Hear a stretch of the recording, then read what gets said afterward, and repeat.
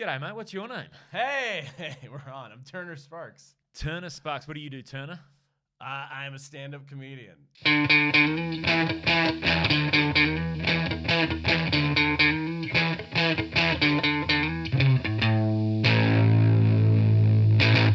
Welcome back to another episode of Crowdworkcast. My name is Andrew Barnett. Thank you very much for joining me. Straight off the top, a massive apology. There was no show last week. Long and short of it is I ran out of banked episodes. I've had a really, really busy January.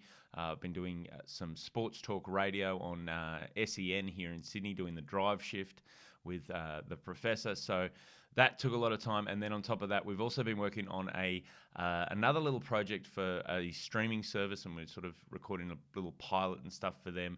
Can't say too much about it at this stage because we don't know what's going to happen with it, but hopefully, fingers crossed, that will come to fruition, and you guys will be able to see exactly what stole my time in January and why. You'll be able to enjoy that, and very exciting times anyway, but good reasons to have missed a show, but apologies for missing one anyway. Now, we're back with a great episode this week, though. This week I've got New York City-based comedian Turner Sparks. I met Turner through a mutual friend of ours in stand-up, Nick Ratto. We did a bunch of Zoom gigs together over the COVID period. And last year Turner was out in Melbourne. We hung out a bit, and then luckily enough, just this week he has been back doing gigs all through Sydney. He's a hilarious man. He's well worth a follow. If you're on Instagram at Turner Sparks, check him out. He posts comedy videos all the time. He's got 2 comedy albums, both recorded at the Friars Club. One is called Live at the Friars Club. That's from a couple of years ago, and his most recent one is called Double Happiness. Fantastic stand-up, so check those out. He's also got a great podcast. It's called Lost in America. That's basically where he and another American comic contact comedian friends in other countries where a big news story has happened where they're not getting the full story in the US, and they go through it in a comedic way. A really good listen, so check that out. That's called Lost in America. Touring-wise, if you're in Australia and you're listening to this, it might be a little while before Turner's back. Fingers crossed it's not too long. But if you're in the US, he's touring across the US. So all his tour dates and that are in the link in his bio in his Instagram, which once again is at Turner Sparks. So check him out. He's very funny. Now, in this episode, you've got to stick around right to the end because Turner has an amazing story about a gig that happened here in Sydney where a bunch of very, very famous people turned up, and it was a bit wild. So please stick around, hear all of that. Now, as for me, if you'd like to see me live, 2 main things I'm plugging at the moment. Brisbane Comedy Festival. I'll be there on May 6th. I will be in the Underground Theatre. It's just one show only. I'm pretty much up and back that weekend. So if you're in Brisbane or anywhere around and you'd like to come out and see me, please get those tickets. They're on sale now through Brisbane Comedy Festival. And Sydney Comedy Festival, I'm doing the Enmore Comedy Club on May 20 and 21. So I'll be doing those 2 nights. It's a Saturday and a Sunday. So those tickets are on sale as well through Sydney Comedy Festival or Enmore Theatre. So check those out. I'll have links in my link tree, which is in my bio of my Instagram at Andrew Barnett Comedy. Give me a follow. If you're enjoying the show, please do like, subscribe, all that good stuff. Reach out. Let me know that you're enjoying the show. Just DM me on Instagram or leave a comment in the iTunes or wherever you listen to it. And let me know who you'd like to see on the show and what you'd like me to ask them. Other than that, that's enough plugging. Let's get on with this episode. This is me and Turner Sparks. And that's an accent you've got, Turner. Where are you a stand-up comedian most of your time? New York City. New York City, the Big Apple. Yes, I've heard of that joint. And so you're out in Australia at the moment, just gigging around? Yes. So can I pause for a second? This is the we don't have to pause the show. But so whenever someone's doing, you ever in a crowd? Yeah. You're waiting to go on next, and the comedian before you doesn't know who you are, and they accidentally start doing crowd work with you. Yeah. That's the feeling I have right now, which is like, just just play by the rules, say the right thing, don't say too much, don't say too little, just give them so they can keep going. But yeah. Well, the best one too is when there's someone new and their family sit right up the front. Yes. And you just you see the MCs just ripping in. Oh yeah, Dad, he's getting it away. It's just like this happens to me all the time because my wife is Chinese. And something about that throws people off where they just, other comedians just do not, in no world do they assume that this Chinese person sitting in the front row could be my wife. And she always gets set in the front. She plays along. Like, they're like, all right, we need somebody to fill up the front. She's like, all right, fine, you know. And then she's almost always sitting next to a friend of mine who's just some guy. Yeah. And then they're always like, so you two, what's the deal here? You banging? You banging? You two banging? And they'll be like, no. And they're like, what, first date?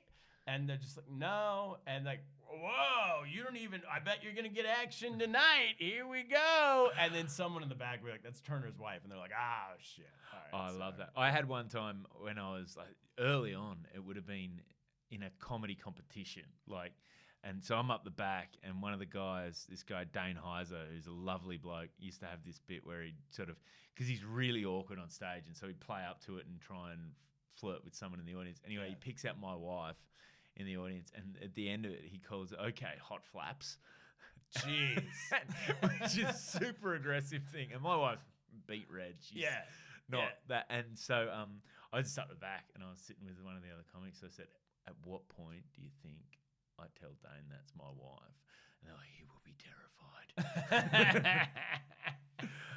Oh, man. I got a buddy in a comedy competition who his wife, he's a very good friend of mine. We started out pretty much together. This was a competition in Hong Kong. I wasn't there, but I heard the story.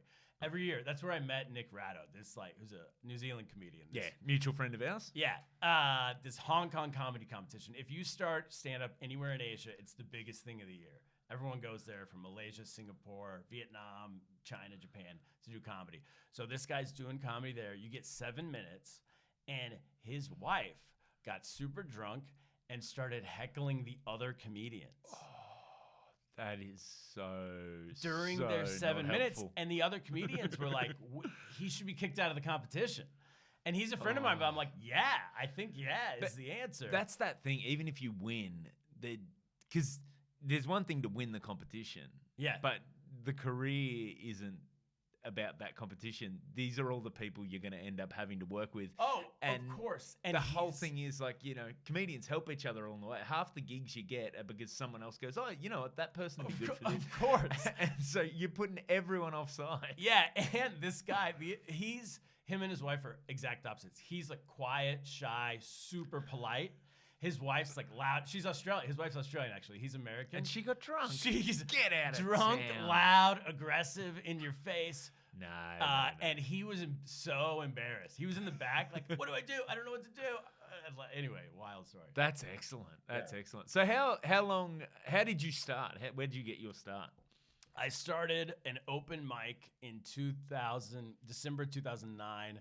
In a place called Suzhou, China, which you couldn't be further from show business. It's a classic story, isn't it? Yeah. What were you doing living in Suzhou? Suzhou. Yeah. Well, like soju, but opposite. Like why were you Suzhou. there? I went because let's be honest, your accent doesn't reek of a guy who grew up in provincial China. It's not Chinese. No. Provincial China. I love the term. I finished university in 2004 in the United States. And at that time, the thing to do, it was either like get a job or go teach English in Asia. That's like, hey, I don't want to be part of the world yet. Yeah. I'm going to go do that. Like, it'll be semester abroad continued. A bit of adventure. Yeah. So I would go do that for a year. And it was also the whole point was to do something to where your parents could like brag to their friends at cocktail parties. So everyone else is like, my son's a doctor. My son's a lawyer. And then my parents would be like, my son lives in China. They don't even say what the job is. And people go, ooh, that's exciting. How exotic. Good enough. That's literally the only thing, you know. So I could be a bum in China and they would be exciting. But if you're a bum in America, it's like, oh, this, send him to rehab or something. And so I moved there 2004. I taught English for a year and then started an ice cream truck business in China called Mr. Softy. That it was a franchise of an American brand that I did for 10 years. So I did that from 2006 to 2016. And halfway through that, I guess 3 years into that, decided I wanted to do stand-up. I was interested in it. There was no stand-up comedy in China. So my friends and I just started an open mic. So this is just the logical career progression. Yeah. As near as I can tell it. You finish university, you decide to go teach English in a Yeah. foreign country, start an ice cream business, as everyone does. Yep. classic boy abroad story. Yeah. What prompted the ice cream business? Why? Ice So cream. my roommate from college, one of my best friends, his grandfather started this company called Mr. Softy in the United States in like the 1950s, 1956. So is this soft serve ice cream truck? Soft serve on a truck. Yeah. Which so what we'd call Mr. Whippy.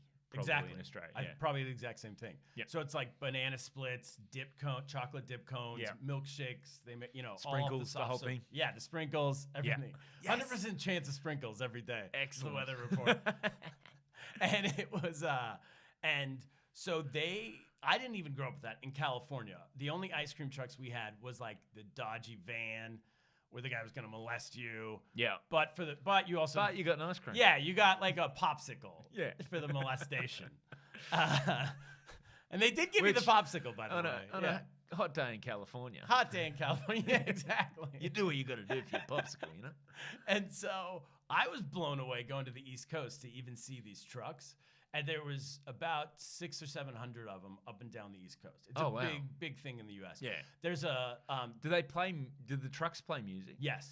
Do they play Green Sleeves? No, it's their own song. Their own song. They 'cause wrote. here, all the ice cream trucks, Yeah. you play Green Sleeves, and to this day, it's like Pavlov's dogs. If I hear that being played, I'm like, Which I- one's Green Mum, Sleeves? So, dun, dun, dun, dun, dun, dun, dun, dun. Oh, okay. Yeah. And so if Australians my age hear that, it's like you start going, Mum, I need some cash. Exactly. It's the same with the Mr. Yeah. Softy song. What's the Mr. Softy song? That's That's a bit more upbeat than Green Sleeves, probably. So there's a classic Eddie Murphy bit about the Mr. Softy truck. Oh, yes. You ain't got no ice cream. 'Cause Yes. your mama's on the welfare. He's like, yeah, the Mr. Softy truck's coming around. He mentions Mr. Softy. Right. There's a Curb Your Enthusiasm episode about the Mr. Softy truck. It pops up in pop culture. Yeah, yeah. You just don't realize it till you hear it. So anyway, so I knew that brand, and I was close with the family. And when I was in China that first year, the only place to get soft serve ice cream in the whole country was McDonald's or KFC. They both had soft serve ice cream. KFC have soft serve. Yeah, it was so popular that they didn't sell it in the store. Next to the store, they would have what we would call like a drive-through window. Yeah.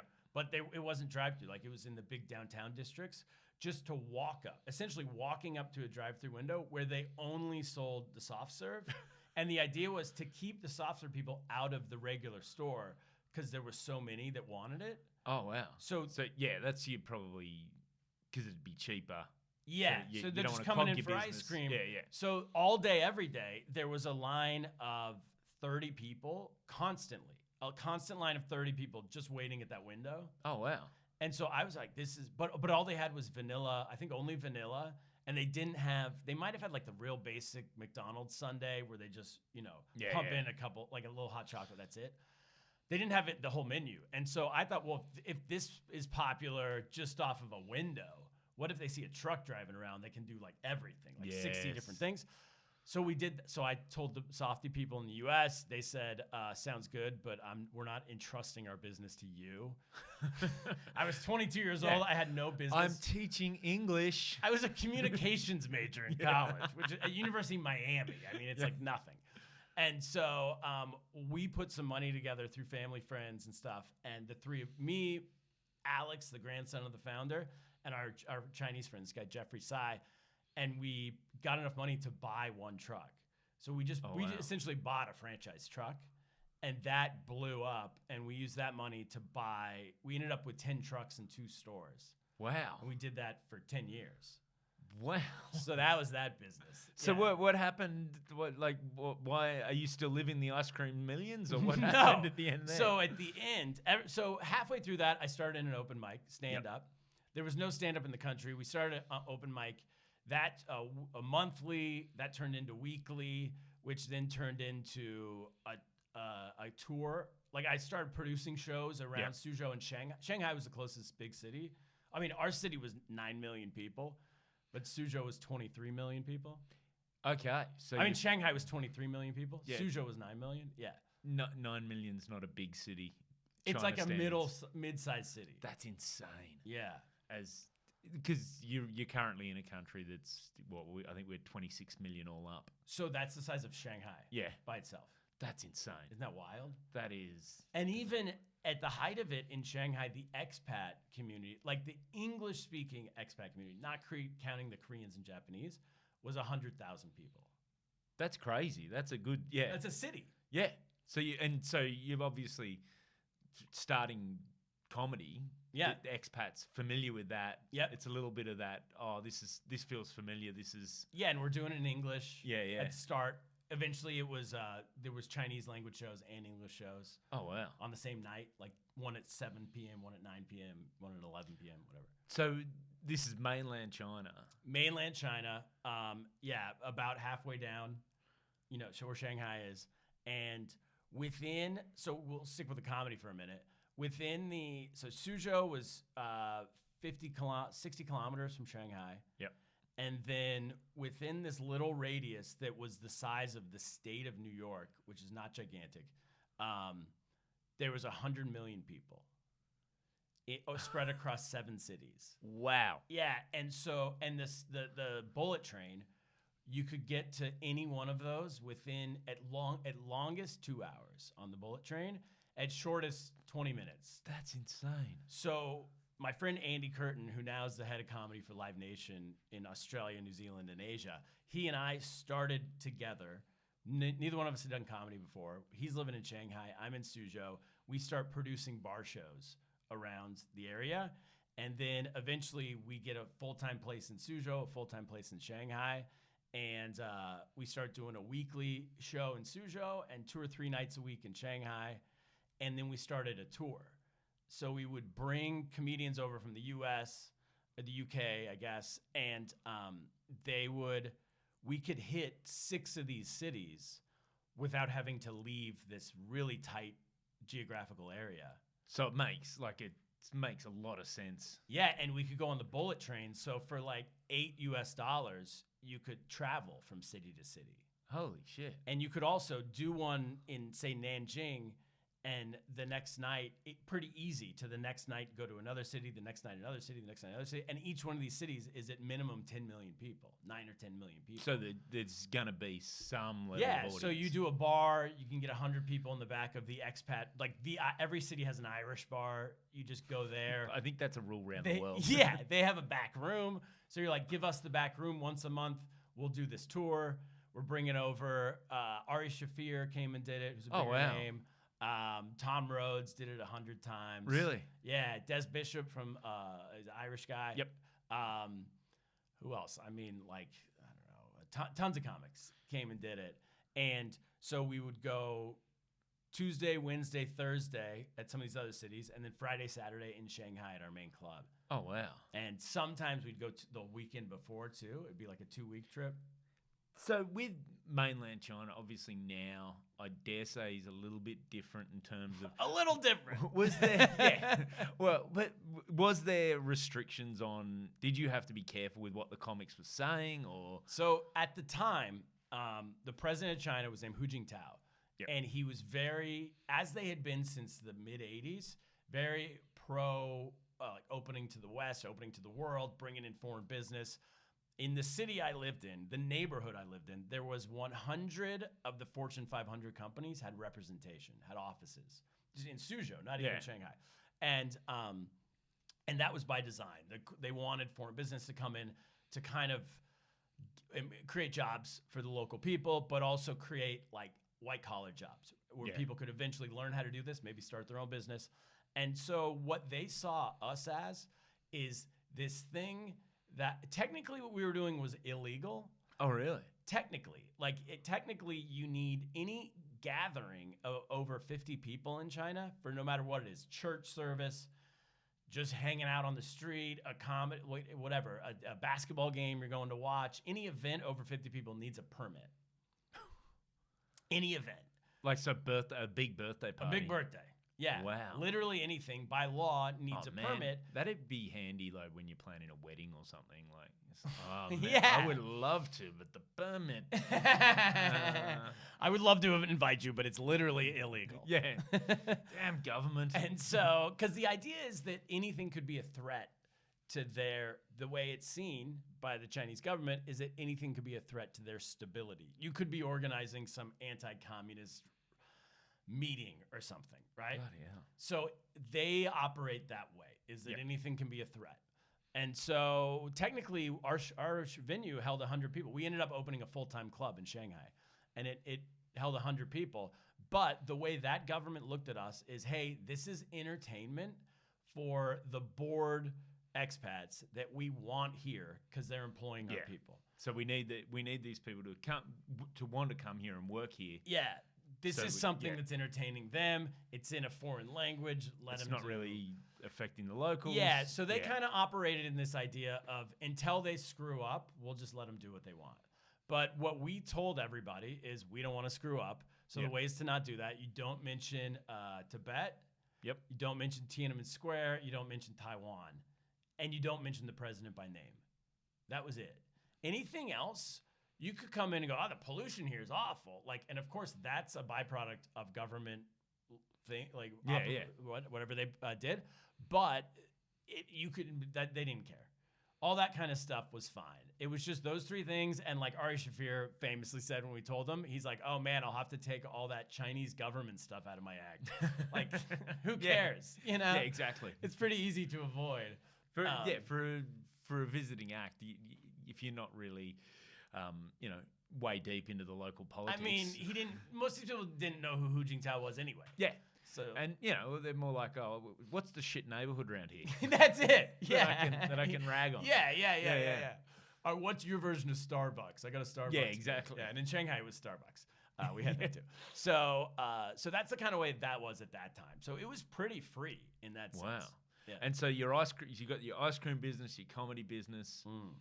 Well, so I start getting kind of better and better at stand up, and I start there gets to this point where 5 days a week I'm doing Mr. Softy Monday through Friday. On the weekends I'm flying to Singapore, Malaysia, wherever it might be, to go headline some show. And I gotta say, there's nothing worse than going and headlining a show and then coming back Monday morning hungover and having to deal with like paperwork in a small business. And you're like, but I was famous in that other place. Yeah. You know? So anyway, I'm doing that, but I love both of them. So I couldn't. It was hard for me to pick. Also, Mr. Softy ice cream was doing really well, and so eventually, the government in China all changed. The new government was pretty much the opposite. Became pretty anti-foreign. Wanted all the foreigners out. Like, thank you. We've learned all we need to learn. Time for you all to go home. Yeah. And part of that was.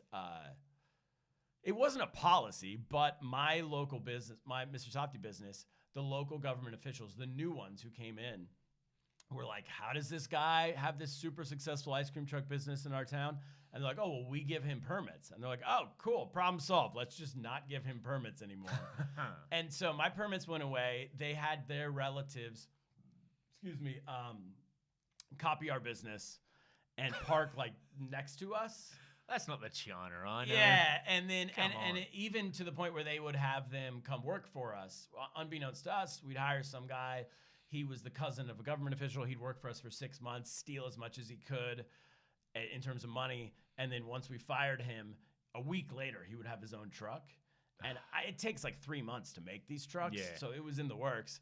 And then we would complain to the government and be like, hey, this guy doesn't have a permit. We do have a permit.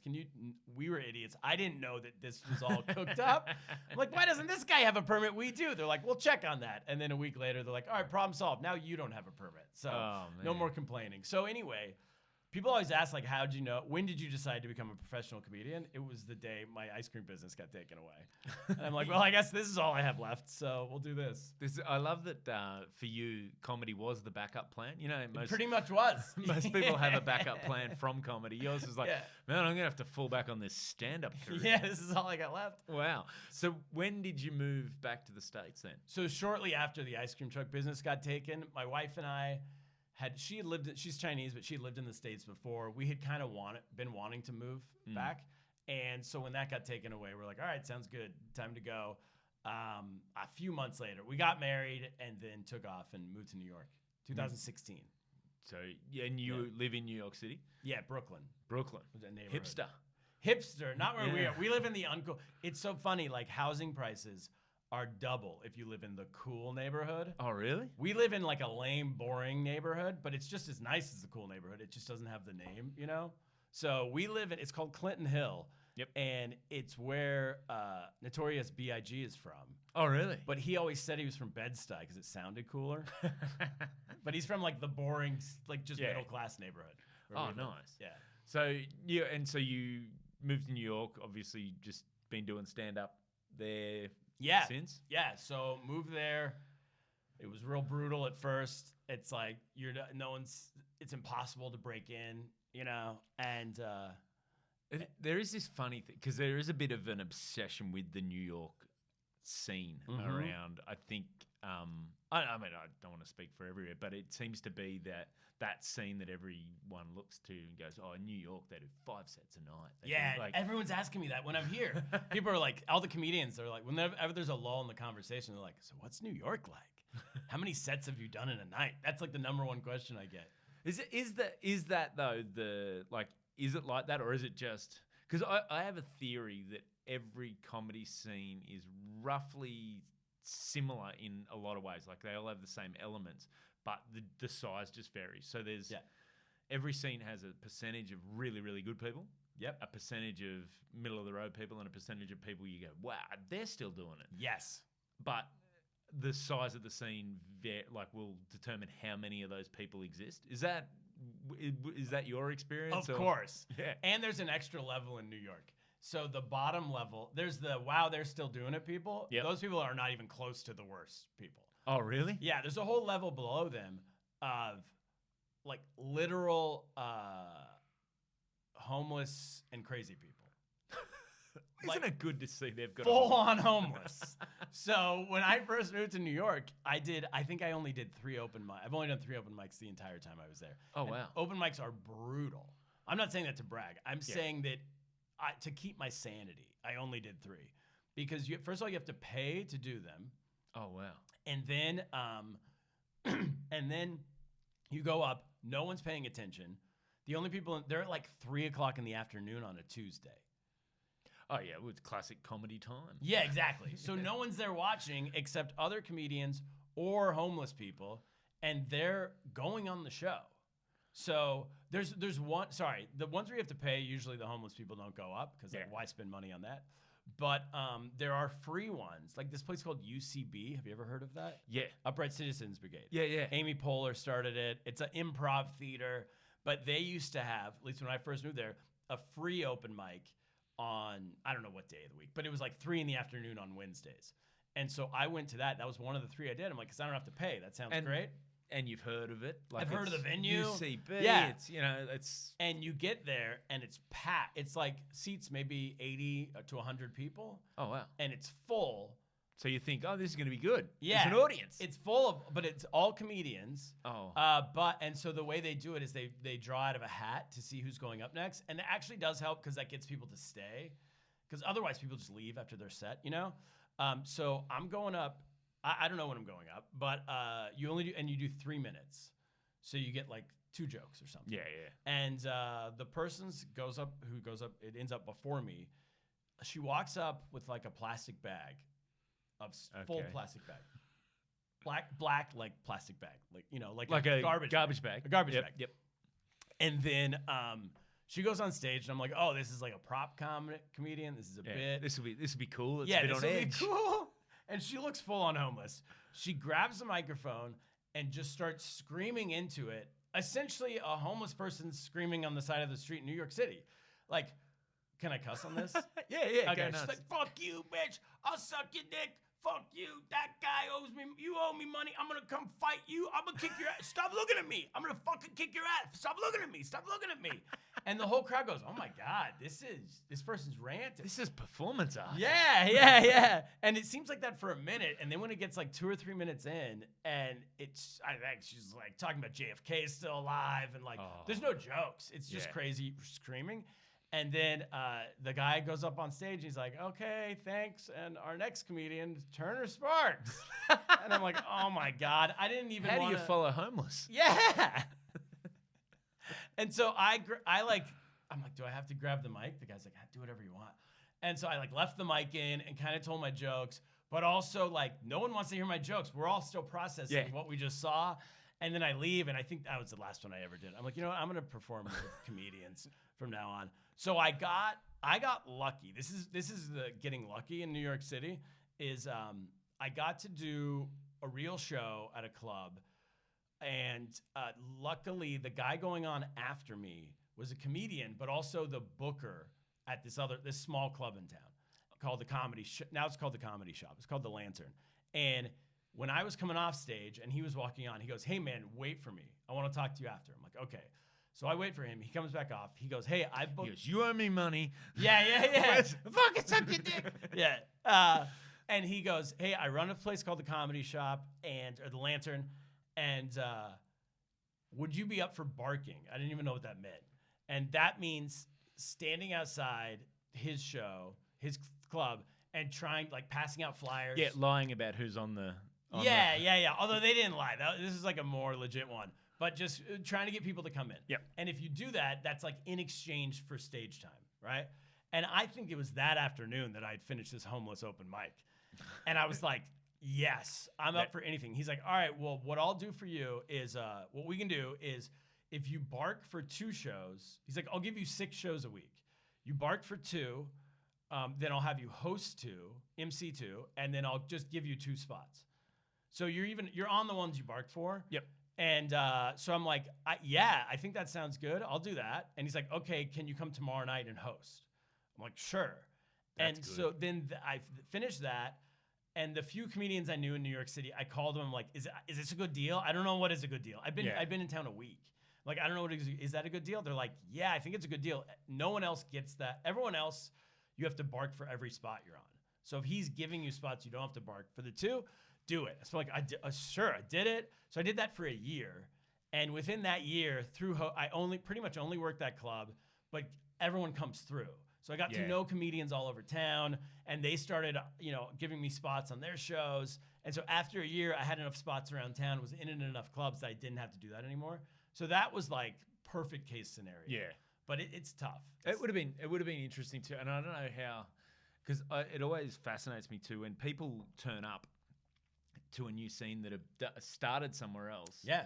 But to the new scene, they're brand new. Yep. So they're not making their very first open mic mistakes in front of those. So you rock up to like what is essentially an open mic, no one knows you, and you get to be the guy that's really good because you've done the work off in another area. Which is there much, because I don't know how that'd play in New York, because I know a lot of people move there to try and go full time. So at open mics, it genuinely doesn't help at all because no one's paying attention at open mics. Yeah. No one's there to see other acts or anything. It helps a lot you can get spots at like bar shows. So I think when I came in, I had like 9 or 10 spots. And that was off of email, just essentially cold calling, cold emailing. Had you, like any of those comics you brought out, did they help you?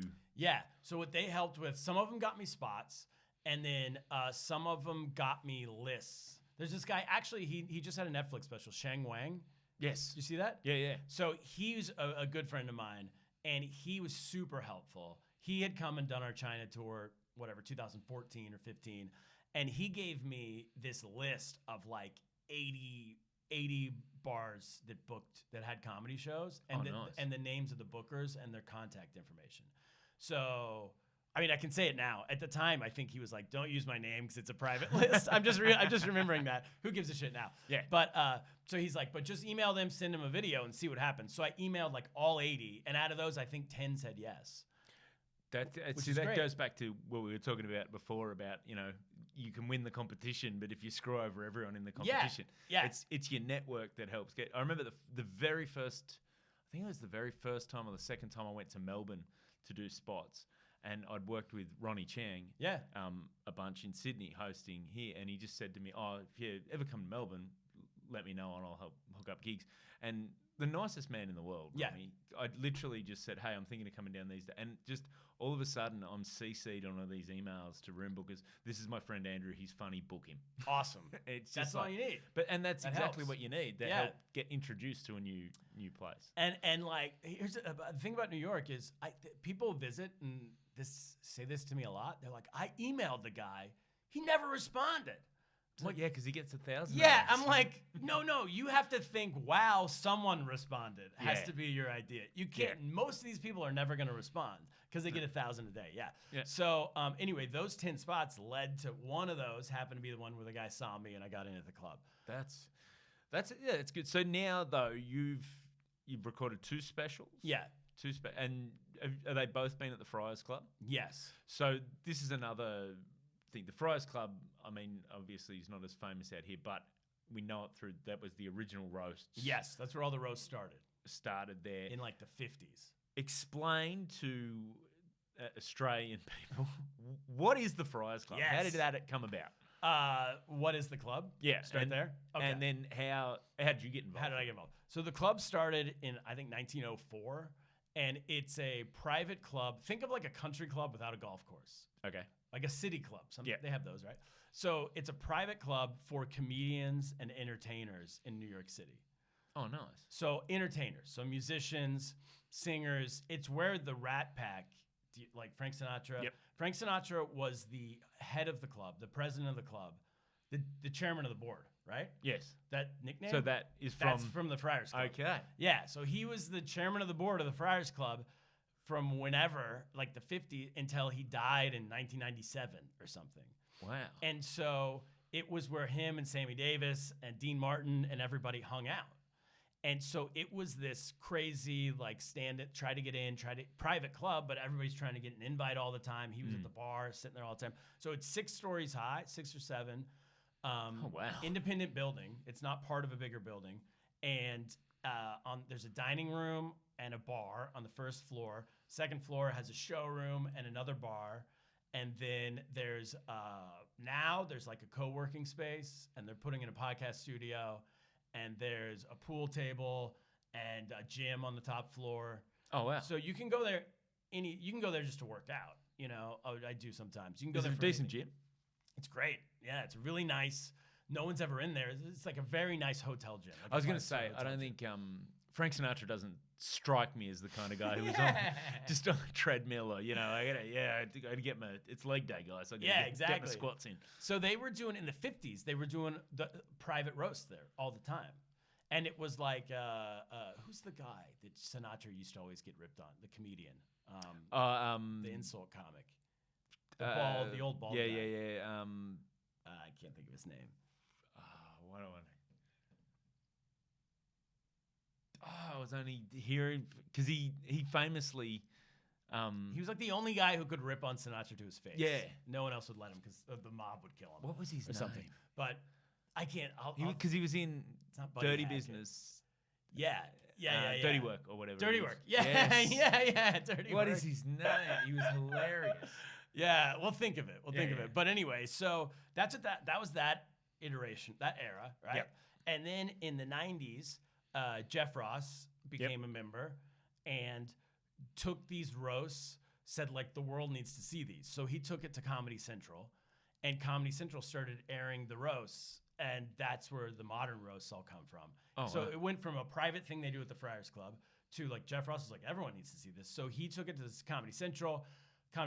The first few were the Comedy Central roast of like whoever, you know, and then eventually Comedy Central kind of took it over with Jeff Ross and did it. So so I became, and it's still there's still all these, a lot of people who are members who you don't think about. I think, well, then the rooms are named after members. So the Barbara Streisand bar is one of the rooms. The Billy Crystal bar.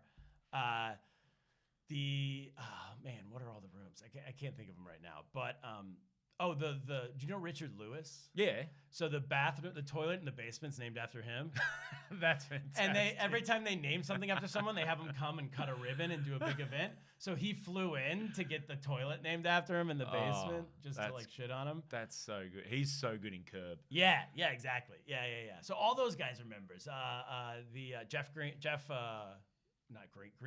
the name of the character, but Susie Essman, you know Susie? She's a big member of the club. Oh, wow. All those kind of people. And so I host a monthly show there where we get like young New York stand-up comics and then to do sets, and we get old members who aren't necessarily stand-ups, but are in comedy.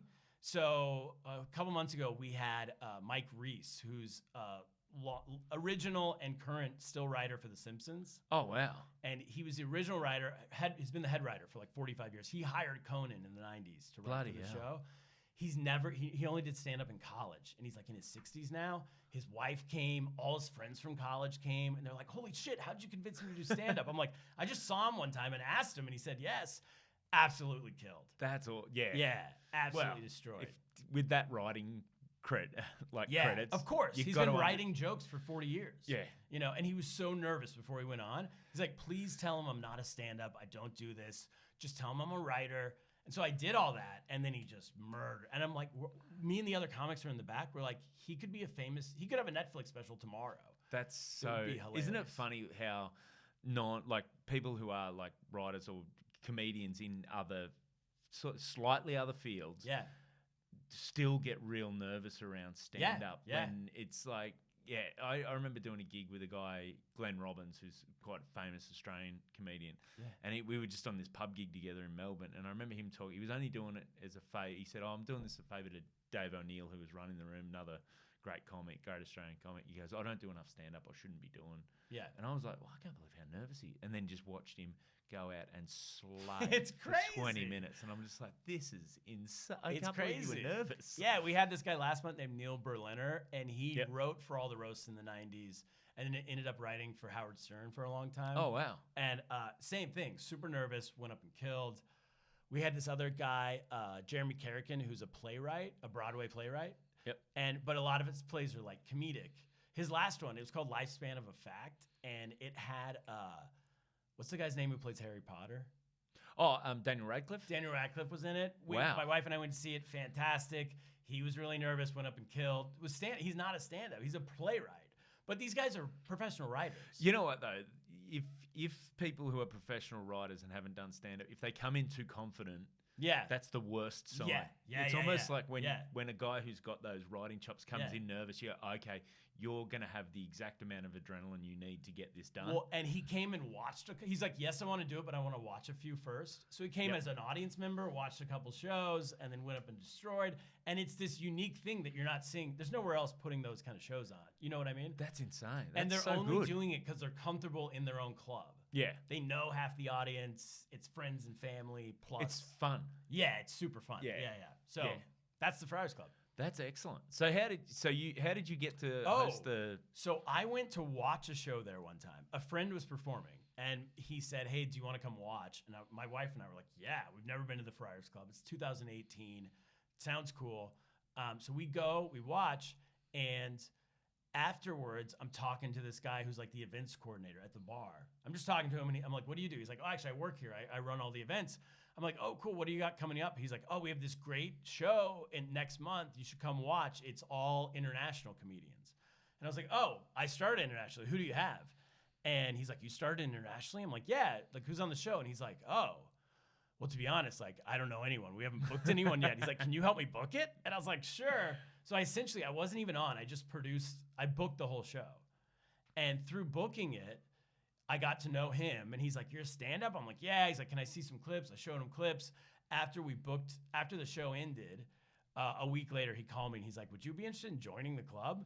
I'm like, Oh. "Yeah, totally." And he's like, "Awesome. All right, well, like we can get you in, fill out this paperwork," and it was just like kind of like off and running. What a great stamp to like, because I know there's, I mean, because the part of the job is it's so intangible. Mhm. Because anyone, like Seinfeld says, first day you got the same title as the guy who's been going 20 years. Yeah. Comedian. Yeah. Which is, so sometimes it can feel a bit intense, but that is one of you get these moments, I think, where you get those stamps of approval. You go, I feel like a real comedian now. Totally. That must have been a massive one. Like I'm part of show business. It's kind of crazy. So when I perform around the U.S., a lot of times the opener will want to say it. Like I'm now on the board of the club. Oh. And so a lot of times the opener will be like, oh, "Can I tell the audience?" And I always say like, "Yeah, sure." In America, they do a lot of credits before they bring you out. And I'm like, "Yeah, sure." And I know what's going to happen. 80% of the audience or 70% won't have any idea what that means. And 30% will think it's like the coolest thing on planet Earth. And I'm like, good enough, whatever. Yeah. Sounds cool, So, yeah. It's funny that American, like, because that working with American comedians, it's always that okay, because I always, when I host, I always ask, do you want any for your intro? And American comedians always have credits to give, whereas Australian, say what you want, because I think sometimes Australian audiences, and Australian comedians that you start here, you come up with Australian audiences, you can get a bit gun shy with it. Is sometimes Australian audiences are like, they'll hear a list of credits and go, "Oh, this guy thinks he's good, does he?" Yeah, they don't like it. Right? Yeah, they're like, thinks he's well, we'll see about it. Thinks he's funny. We'll see about that. We'll knock him down a peg or two. Yeah, it's such a weird thing. So every Australian comedian's like, "Yeah, man, don't worry about it." Yeah, Like, I've noticed that because I'm hosting all week now at the store, and everyone's like, "No, don't say anything. Don't say anything." If anything, they'll just say where I'm from. Like, it helps lead into my first bit or something. Yeah, say, exactly. "Oh, he's coming in from Melbourne" or something. Or occasionally you'll get, "Hey, don't mention this because I'll reveal it later." Yeah. And you're like, "Okay, yeah, whatever." Yeah. But it's no, very in rarely the U.S., credit. the reason why comedy audiences can be, especially in New York and L.A., skeptical of the show they're going to see.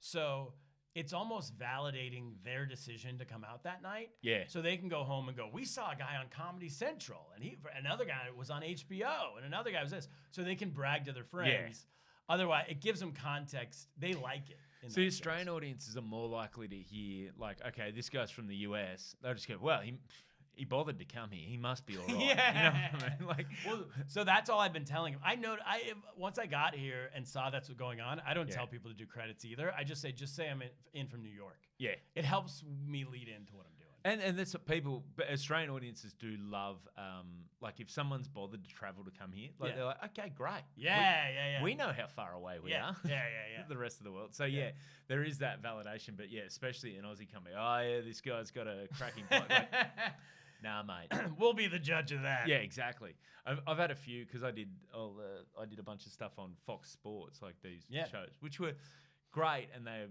successful shows, but it's like it's cable television, and it's like, so it's a small section of the audience. You either know those shows and like them, or potentially saw them and hated them, or or you're just totally oblivious. And so there's a few times when people, "You've seen this guy on," and then I walk up and the audience, especially if you're in an inner city crowd where people aren't really, the people that are coming out aren't paying for cable to sit home on a Friday night to watch sport. Yeah. They're actually people who've come out to, so it's two different you just audiences. get this confused look.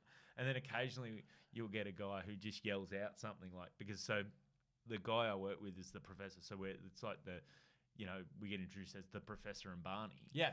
And so I'll go on stage and someone will go, "Where's the professor?" Oh, God. And you just hear all these people like, and then you have to address it and explain it. I'm like, on a radio show. This other guy's name is Professor. Listen, man, I appreciate you, but you've just confused everyone. Yeah.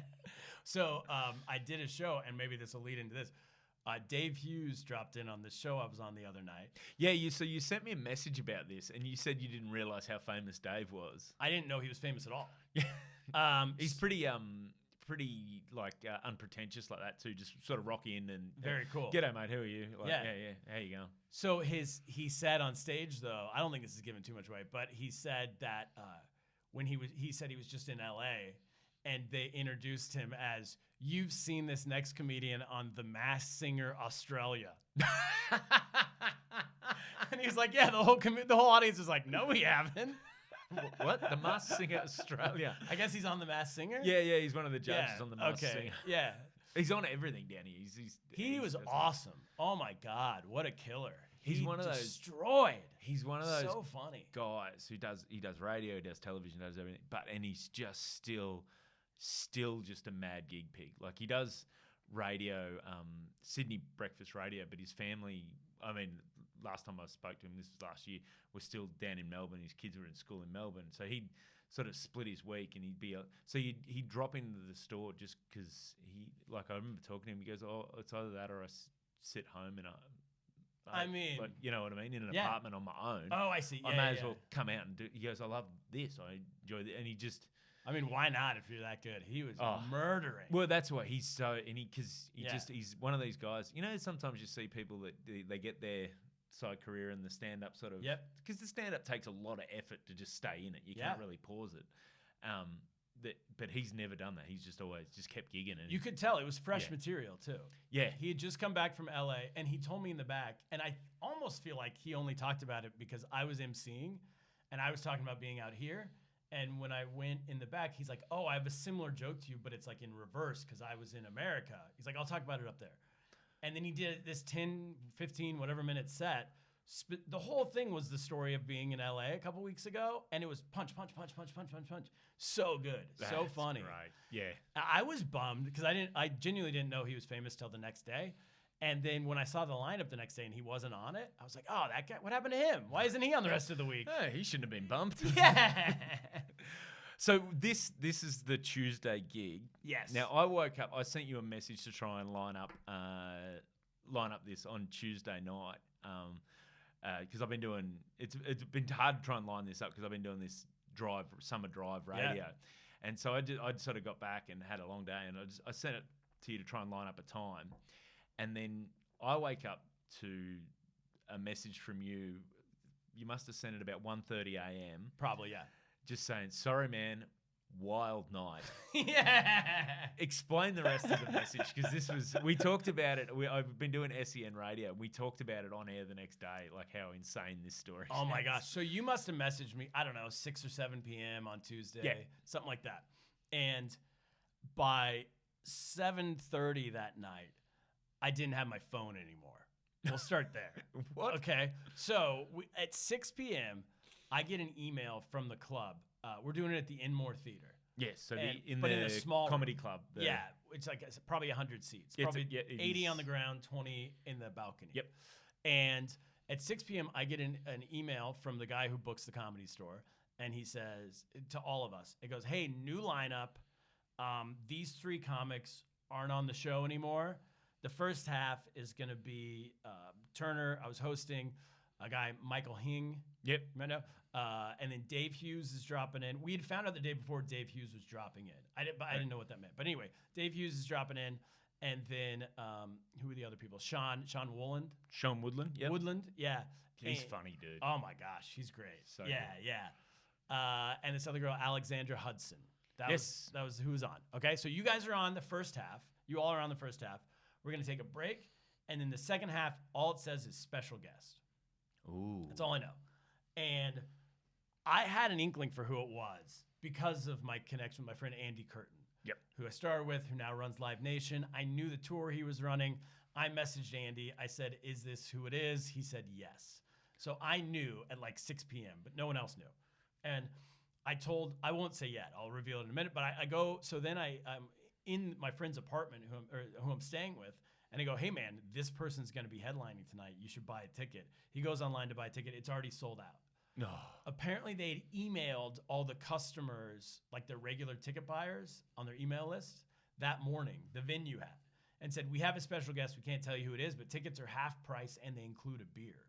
So they just wanted to make sure it was full.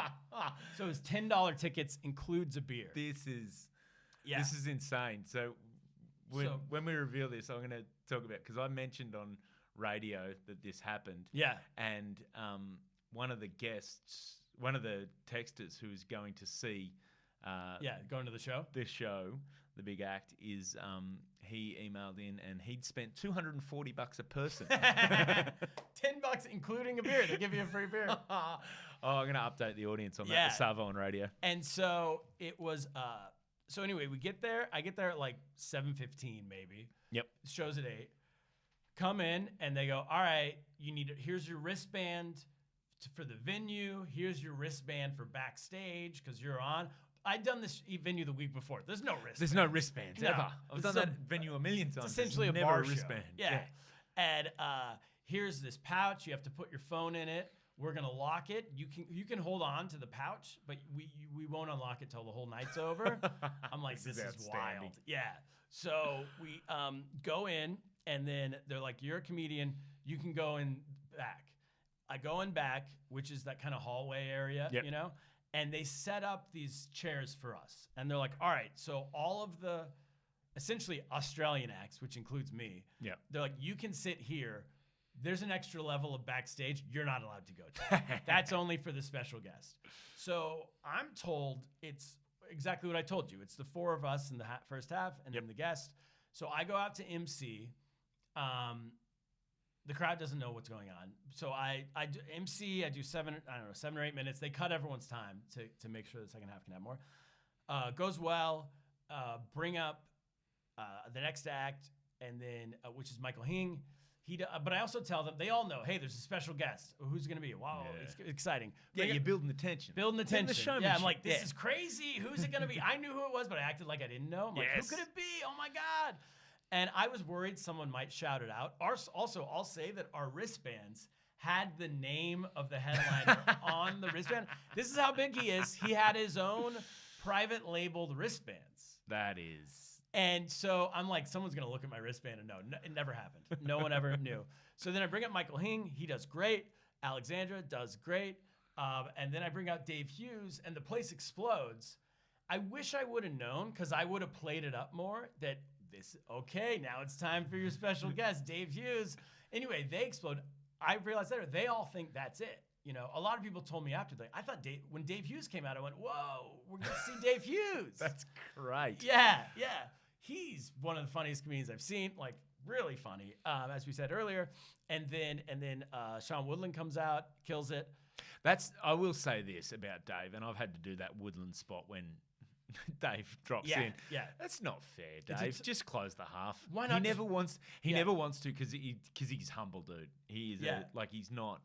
But yeah, I've had to follow, and it's you're resetting a room after Dave Hughes is just going out there. Like you see people going for their purse, thinking the half's over. Yeah, well, but I'll say this: I didn't understand any of that in the moment. It didn't seem too odd to me. Sean did a great job. Yeah, Sean's killer. Yeah. And but here's how I knew Dave Hughes was famous. When he walked on stage, first of all, everyone popped. The room popped. And then he's like, have to put your phones away, huh? That's when I go to America, it's the reverse. I make them put their phones in a pouch. And to me, that was hilarious. No one in the audience laughed. And then he goes, I'm just fucking kidding. No one knows who I am in America. And then they laughed. And I was like, oh, they must know who he is here to even think that's plausible. Yeah. You know? Anyway. Plus, they're probably doing the maths. Oh, it's an American comedian. Yeah. So then we hit the break. And then as I come off at the break, I realize this guy named Jeff Ross. Yep. Who's the roast master. The roast master general. Yeah, the roast master general. I realized when I come off at the break, he's been sitting in the room watching the whole show. Oh, really? Yeah. Wow. I will say this. I didn't even know he was on the show. I didn't know, even at that moment, I went, maybe he just came to watch. I know he's in town. Maybe he's coming to watch. I didn't even know he's on the show. And then he follows me into the back. He goes, Turner, great job. I've been watching the whole first half. Great job hosting. I went, had you met him before? No. Oh, wow. And he goes, great job hosting. And then he goes, do you live here? And I was like, no, I've been here a week. And then I was like, actually, I'm on the board of the Friars Club. Now, he's a big member of the Friars Club. Yep. He goes, oh, fantastic. Right at that moment, this guy from Live Nation, the big company, comes up and it's like, so I guess we'll just reveal now. Yeah. The headliner's Dave Chappelle. Holy shit. Yeah, Dave Chappelle. So this guy, so Live Nation is putting on the Dave Chappelle tour. Andy Curtin's putting on the tour. My old buddy, Andy's not in town yet, but it's his colleagues who are there, right? So one of his colleagues comes up to Jeff Ross and says like, hey, Jeff, don't worry. We're having Turner back announce the second half. You guys can just do your sets. And Jeff Ross turns to me and goes, what does back announce mean? And I just found out like a couple days earlier. I was like, oh, it means, I guess, like I'm off stage and I do this like voice of God mic. I just talking to the mic, but I'm not actually on stage. Yeah. He turns back to the other guy. He goes, no, fuck that. Turner's killing as a host. We're having Turner host the second half. We're doing a real second half. And then he's like, Turner, do as much time as you want. Just between acts, do as much time as you want. Get them comfortable, and then bring us up one by one. Like, awesome, sounds great. And then he goes, come with me. He takes me down into like the basement where there's of the theater where there's that's the backstage where they're allowed into. Down there. Oh, it looks like a 5-star hotel. Yeah, it's lovely. It has like bedrooms, it has a kitchen, a dining room table. It's like a hotel suite. And so he takes me down there, introduces me to everybody except Chappelle, who's not, they can't find him. Yeah, I don't know where he is. Yep. So we go out for the second half. I do like 5 minutes. I bring out the guy who's opening their whole tour, who I didn't know him. He's good. He does a good set. And then next up is supposed to be either Jeff Ross or Donnell Rollins. Oh, wow. Who's a big act in the U.S. He was on Chappelle's show. All these guys could have been the special guest. Right? Yeah. Jeff Ross sells out theaters in the United States by himself. Yeah, Jeff Ross would probably do well touring here. Like, he's well known. So then, and also that's when I found out it's not only, I thought it was just Dave Chappelle in the second half. These people are going to get to see all these guys. So they're basically getting the Chappelle show, like the stadium show. In a second half. Yeah. So the show starts at 8. We start the second half at 9:15 maybe, you know? Oh, wow. The first guy comes out, does like 12 minutes, does his time. I'm told Donnell Rollins is going to be next. I'm like, cool. When the guy comes off after his 12 minutes, Donnell Rollins is nowhere to be found. Hugh, the guy who runs the comedy store, is kind of standing next to me. And as this guy's coming off stage, I'm like, what do I do? Hugh goes, I don't know. Fuck. I'll go find Donnell Rollins. I'll be back in a minute. And so he just sprints off into the bowels of this theater, right? Yep. I run on stage. I don't know how long I'm going to be on stage for. I just know I'm going back on stage. And he's like, I'll light you when we find them. I'm like, so I could be doing 2 minutes. I could be doing 20 minutes. There's nothing worse as an MC. No, not.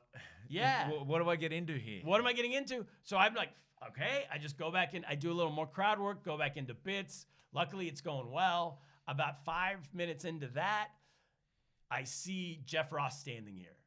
And Hugh's pointing at him like he's next, right? And so I'm like, all right, ladies and gentlemen, it's very exciting. This next comedian, you might know as the Roast Master General. Put your hands together for Jeff Ross. Explosion. The place is like, holy shit, we get to see Dave Hughes and Jeff Ross. What a night. Jeff Ross goes up, destroys, hilarious, super funny. He's jet lagged. He's right off the plane. Takes him a minute, but when he gets into it, the second he walks on stage, this girl in the audience goes, roast me.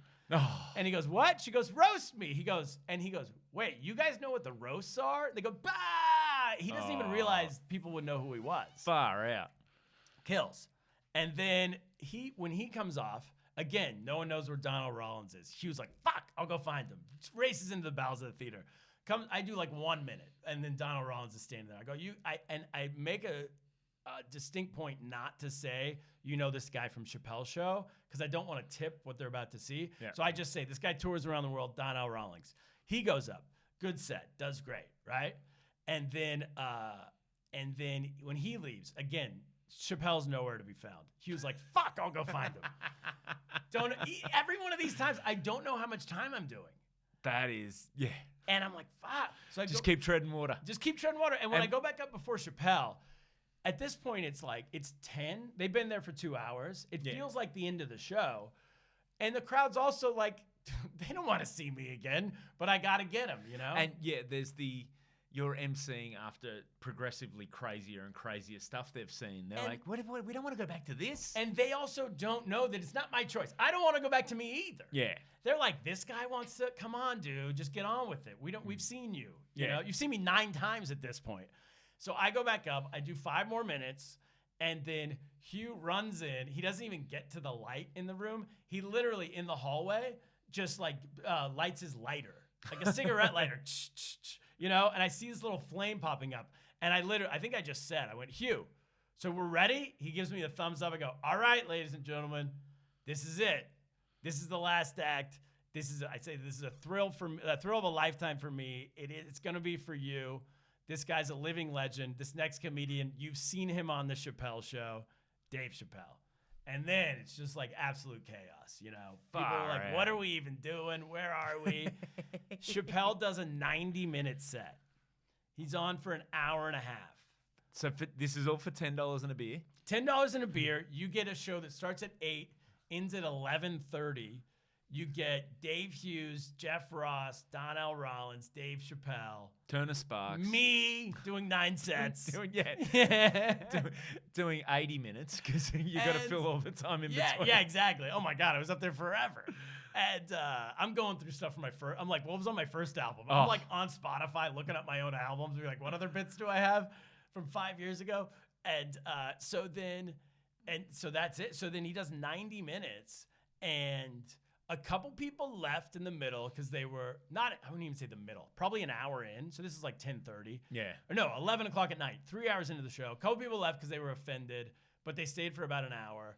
His set is wild. It's like the wildest thing I've ever seen. I would say it's a third like tight stand-up.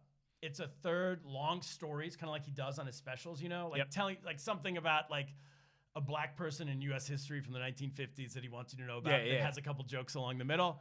And then a third crowd work. And some of the crowd work is... Oh, also, so then I find out when the show ends that the whole time watching from the balcony were the Red Hot Chili Peppers. So they had a show last night in town. So they're in My town. brother went. Oh, really? Okay. Yeah. So they're in town. They find out about the show. They come. There's rumors the whole night that Dr. Dre and Post Malone are also in the room. What?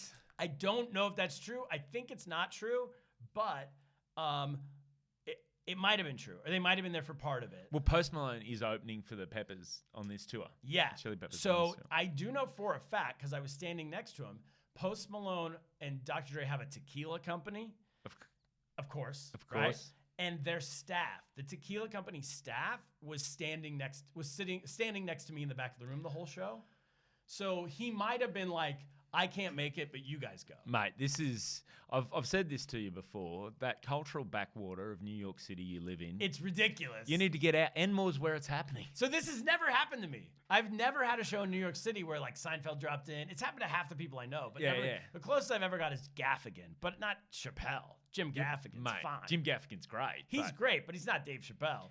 The Red Hot Chili Peppers are not coming to see Jim Gaffigan. You're going home to New York with the world's best story. Insane. So his staff, the tequila staff's next to me, and Dave Chappelle's drinking tequila on stage. And every once in a while, he'll be like, hey, where's the Post Malone tequila guys? And they're the back, he's like, bring me some more tequila. So they have a bottle. They just go up and they keep filling him up. And every time Chappelle does crowd work with somebody, he'll talk to him for a while, like longer. It's not 30-second, like, hey, a joke. He's like doing this on. podcast level of conversation. Yeah, he's having like a real conversation with people in the audience. This one audience member, she's lesbian. He gets her entire coming out story to her parents. That's over crazy. like 10 minutes. And then when she finishes her story, he's like, Post Malone guys, give her some tequila. So he's passing out tequila to everyone he's doing crowd work with. It's like a house party you just happen to be at. That's so good. Wild. Hey, mate, that's the craziest story. I just have to check the time. Oh, we've been going forever. Well, not just that. I could keep going forever, but I need to actually go to. Oh, you got to be on the work, radio. Unfortunately. Yeah. I got to go talk for a living after this. So, well, can I tell people I'm on Instagram? Please, this is exactly what I was getting at. One, plug your albums, yes, the specials, all where people can find you, any podcasts or whatever you've got, and I will get all that details and do another little plug in the intro as well. Thank you. Okay, so we're find me on Instagram. I put new stand-up clips every week, actual stand-up, and it's usually not crowd. It's never been crowd work. It might be if I run out of stand-up, it might be crowd work. But yeah, stand-up clips every week at Turner Sparks, just like it's on SPARKS at Turner Sparks on Instagram. Podcast is called Lost in America. We talk to comedians around the world every week about we pick a global news story that's like this week we did Jacinda leaving. Mate, Right? I was talking to Nick Ratto about this. He goes, yeah, I'm doing Turner's podcast. I said, listen, I know, because I know he's done it probably 2 or 3 times now. Yeah. Yeah, there cannot be that many things going on in New Zealand We got to get you compared on. to Australia. We got to get Come you on. We got to get you on. We'll wait till someone fights a crocodile or something. I'll Yeah, be across. exactly. If there's a big news story that the world we kind of hear about, but we don't know the details of, Yep. we get a comedian who lives in that country, and they explain it to us always in a funny way because it's comedians talking to comedians. So that's called nice. Lost in America. And then my albums, I have one called Live from the Friars Club, went to number 2 in America, and then Double Happiness went to number 1. That's the new one. Congratulations. So check those out. Those are on all the streaming sites. Mate, thanks so much for trekking all the way here to do this. Thank you, dude. This has been a blast. Excellent. We'll catch you next time. All right.